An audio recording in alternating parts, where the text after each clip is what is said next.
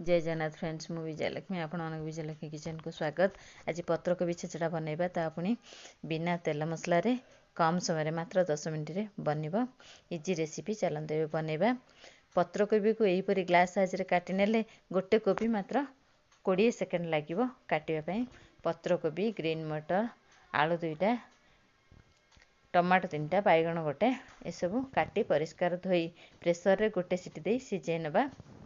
स्वाद अनुसार लुण, हल्दी पाउडर ऐड करिया। अल्प टिके पानी दे गोटे सीटी दे सिझे नबा। सीटी संगे संगे काढ़ी देबा काहे ना बेसी सिझी जिवो, बेसी सिझी गेले टेस्टी लागिबनी। पत्रकोबी छेचड़ा आमे रोटी, परोटा, भात सबुथिरे नै परिया, बहुत टेस्टी। एथिरे छाणी रखिथिबा माछ मुंड गोटे ऐड कले टेस्ट दुगुण। थरे बनातु जानिबे केते टेस्टी। देखंतु हमर परिवा एटी सिझ जाईची। सिटी संग संग काढ़ी आमे छुंको करनबा। छुंको पई मोठी 2टा प्याज टिक टिक कर काट नेची। अदा 2 इंच नेची, रसुण गोटे नेची।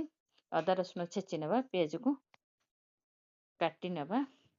एबे 2 स्पून सोरिष तेल दे जीरा फुटाई नबा।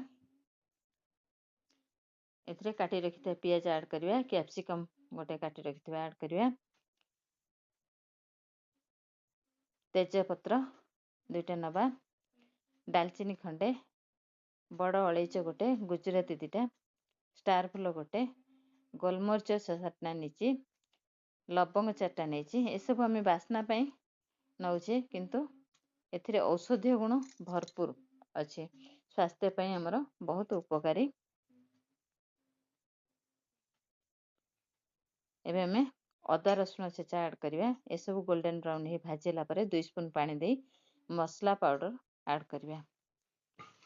मसला पाउडर रे मु एठी नेची कस्तूरी मेथी गोटे स्पून नेची, रेड चिली पाउडर गोटे स्पून नेची, मीट मसला पाउडर हाफ स्पून नेची, जीरा पाउडर, धनिया पाउडर हाफ स्पून लखा नेची, मसला पाउडर अल्प तेल नेची।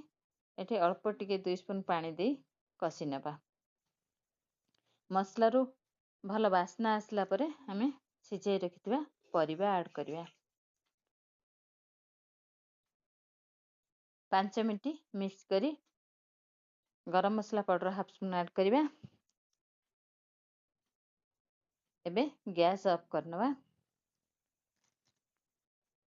एबे प्रस्तुत हो गला हमर पत्रकोबी छेचड़ा। देखिया को जेउ परि यम्मी, पार्टी को सेही परि टेस्टी। घरे तरे बनातु, निजे खांतु, समस्त खांतु। भल लागिले लाइक, फॉलो, शेयर करियो भूलंतु नै। आज पई रहउची। जय जगन्नाथ।